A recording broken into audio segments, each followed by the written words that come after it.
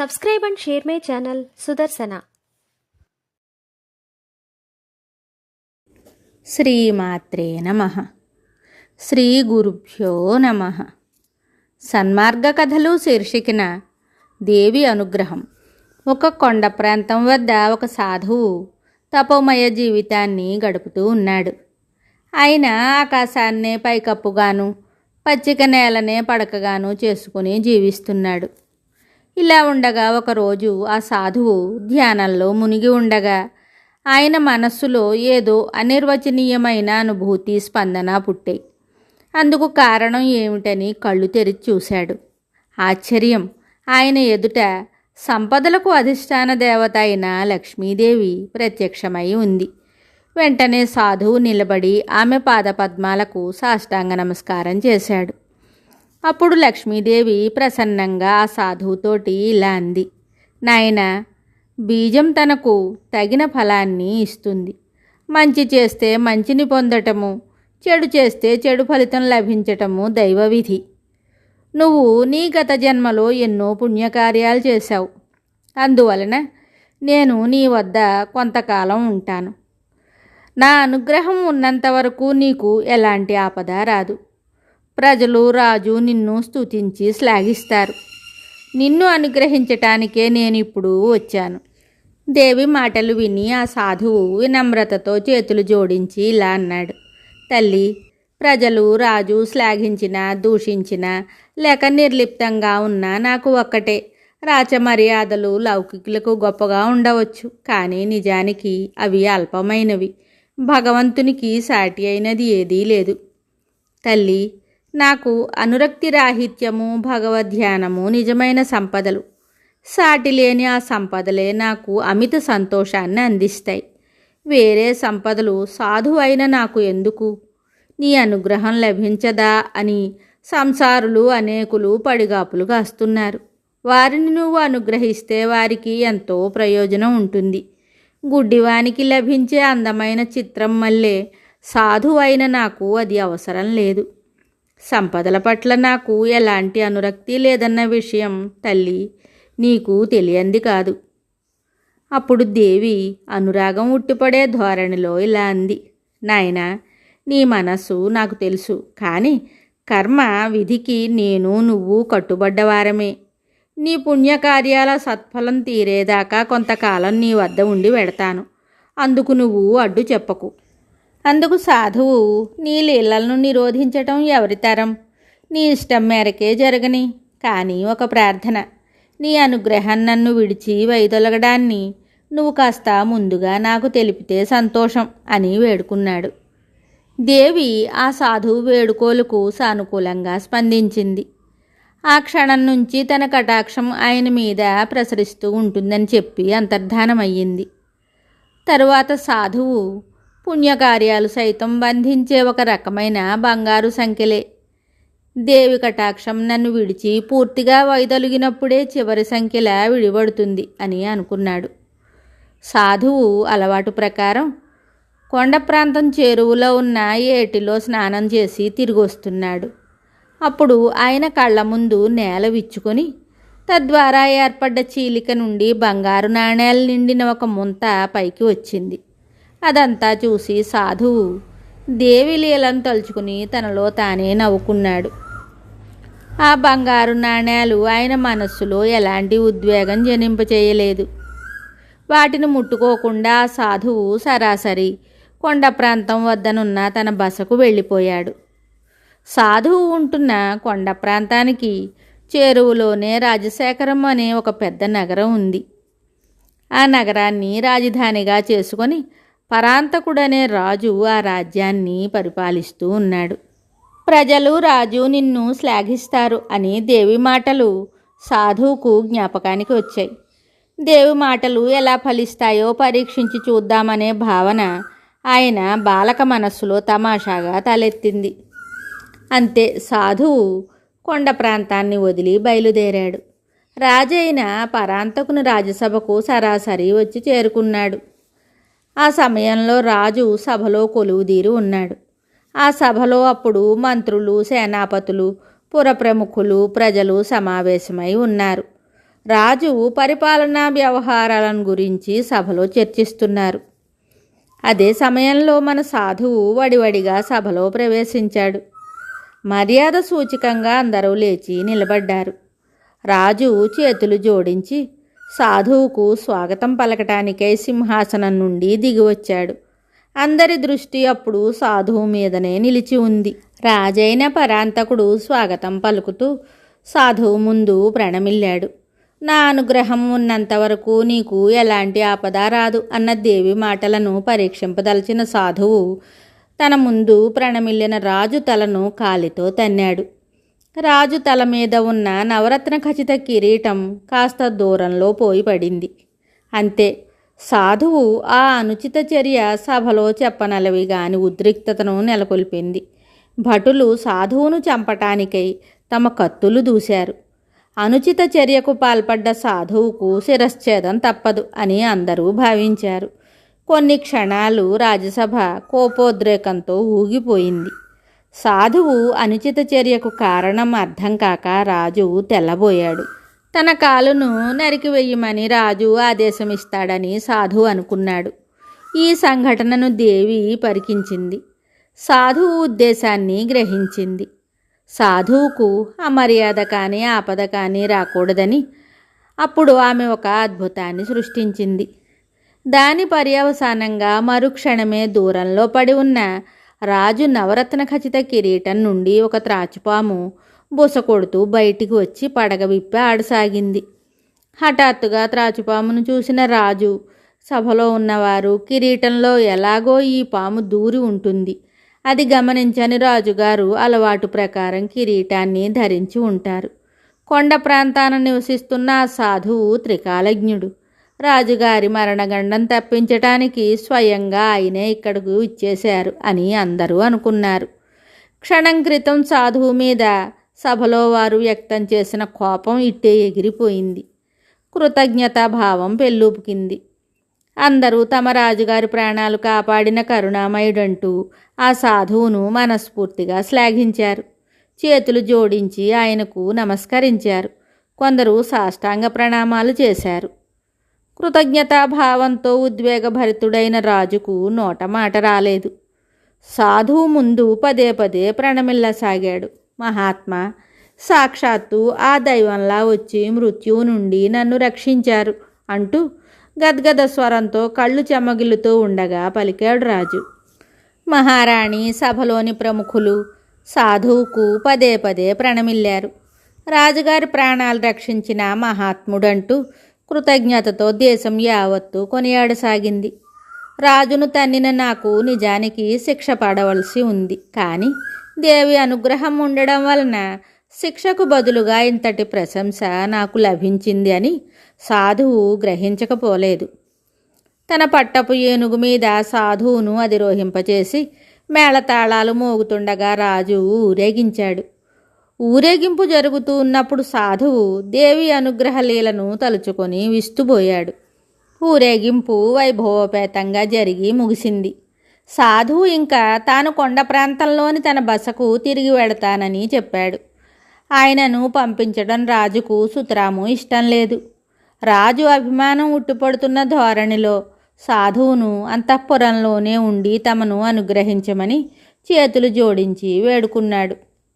దేవి లీల ఎంత దూరం తీసుకుపోతుందో చూద్దాం అనే ఉద్దేశంతో సాధువు రాజు వేడుకోలుకు సానుకూలంగా స్పందించాడు. అంతఃపురానికి ప్రక్కనే ఉన్న పెద్ద భవంతిని సకల సౌకర్యాలతో రాజే స్వయంగా ముందుండి సాధువు బస చేయడానికి ఏర్పాట్లు చేశాడు. రాత్రి అయ్యింది. రాజు ఆ భవనంలో బంగారు మంచం మీద ముఖముల పరుపును పరిచి సాధువును దాని మీద నిద్రించమని వేడుకున్నారు. చెట్టు క్రింద వాసం చేస్తూ వచ్చిన తనను రాజభవనంలో నివసింపచేస్తున్న దేవి అద్భుత అనుగ్రహ శక్తిని తలుచుకొని సాధువు ఆశ్చర్యంలో తబ్బిబ్బయ్యాడు. ఇంతలో రాణి, యువరాణి అక్కడికొచ్చి సాధువుకు పాలు పళ్ళు ఇచ్చి రాజోపచారాలు చేశారు. కొండ ప్రాంతాన కందమూలాలు తింటూ జీవించిన సాధువుకు రాజే స్వయంగా చామరం వీస్తూ నిలబడ్డాడు. ఈ రకంగా రాజభవనంలో రాజోపచారాలు పొందుతూ కొద్ది రోజులు గడిపిన తరువాత ఆ సాధువు కొండ ప్రాంతంలోని తన బసకు ఇంక వెళతానని రాజుతో చెప్పాడు. అందుకు రాజు, రాణి, మంత్రులు ససేమిరా ఒప్పుకోలేదు. సాధువు తమతోనే ఉండాలని పదే పదే చేతులు జోడించి ప్రార్థించారు. సాధువు దేవి అనుగ్రహాన్ని మళ్ళీ పరీక్షింపనించి రాజభవనంలో ఉండడానికి ఒప్పుకున్నాడు. ఆ రోజు రాత్రి రాజు, రాణి తమ ఆంతరిక మందిరంలో పడుకుని ఆదమరిచి నిద్రిస్తున్నారు. అక్కడికి ఎవరూ పోకూడదు, పోతే కఠిన శిక్షకు గురవుతారు. ఈ విషయం సాధువుకు తెలుసు. కానీ దేవి అనుగ్రహం ఉంటే ఆపద రాదన్న విషయం పరీక్షింపదలచి సాధువు హఠాత్తుగా అర్ధరాత్రి రాజు ఆంతరిక మందిరంలోకి ప్రవేశించాడు. గాఢ నిద్రలో ఉన్న రాజు, రాణి చెంపలను చెళ్ళు అనిపించాడు. అంతే, రాజు, రాణి ఉలిక్కిపడి లేచారు. తమ ఎదురుగా ఉన్న సాధువును, ఆయన అనుచిత చర్యను చూసి అయోమయంలో పడ్డారు. సాధువు అంతటితో ఆగక వాళ్ళ 2 చేతులు గట్టిగా పట్టుకుని జంతువులను ఈడ్చుకొని పోతున్నట్లు బరబరా పిచ్చివాడిలా ఆ భవనం నుండి బయటకు లాక్కొని వచ్చాడు. ఒక స్త్రీని, పరాయి పురుషుని భార్యను, పైగా రాణిని తాకిన వానిని ఉరికమ్మం కదా ఎక్కించాలి. రాజు, రాణి కలలో సైతం ఎదురు చూడని సాధువు అనుచితమైన చర్యకు గందరగోళావస్థలో ఉండగా సాధువు ఆ ఇద్దరిని భవంతి బయటకు ఈడ్చుకుని వచ్చేశాడు. సాధువు పాల్పడిన ఈ అనుచిత చర్యకు గల కారణం దేవి గ్రహించకపోలేదు. ఆయనను ఎలాగైనా ఆపద నుండి కాపాడాలని నిర్ణయించుకుంది. దేవి అనుగ్రహం వలన రాజును, రాణిని సాధువు భవంతి వెలుపలకు ఈడ్చుకుని వచ్చిన అదే సమయంలో రాజు నిద్రిస్తున్న భవంతి పెళపెళమంటూ బద్దలవుతూ నేలకూలింది. భవంతి నేల కూలడం రాజు, రాణి కళ్ళారా చూశారు. వాళ్ళు భవంతి నేల కూలబోతున్న విషయం సాధువు తన తపోశక్తితో ముందుగానే గ్రహించి ఉంటారు. తమ ప్రాణాలు కాపాడే ఉద్దేశంతోనే ఆయన అలా ప్రవర్తించారని భావించారు. వారికి సాధువు పట్ల ఉన్న గౌరవం 1000 రెట్లు పెరిగింది. అంతే, సాధువు కాళ్ల ముందు అశ్రునయనాలతో రాజు, రాణి ప్రణమిల్లారు. తనకు ఉరిశిక్ష విధించవలసిన రాజును తన పాదాలను ఆశ్రయించినట్లు చేసిన దేవి అనుగ్రహ శక్తిని తలుచుకుని సాధువు ఆశ్చర్యచకితుడయ్యాడు. 2 సార్లు రాజు ప్రాణాలను అనూహ్యంగా రక్షించిన సాధువును రాజ్యంలోని 50 మంది సాక్షాత్తు ఒక మహామునిగా పరిగణించి ప్రశంసించసాగారు.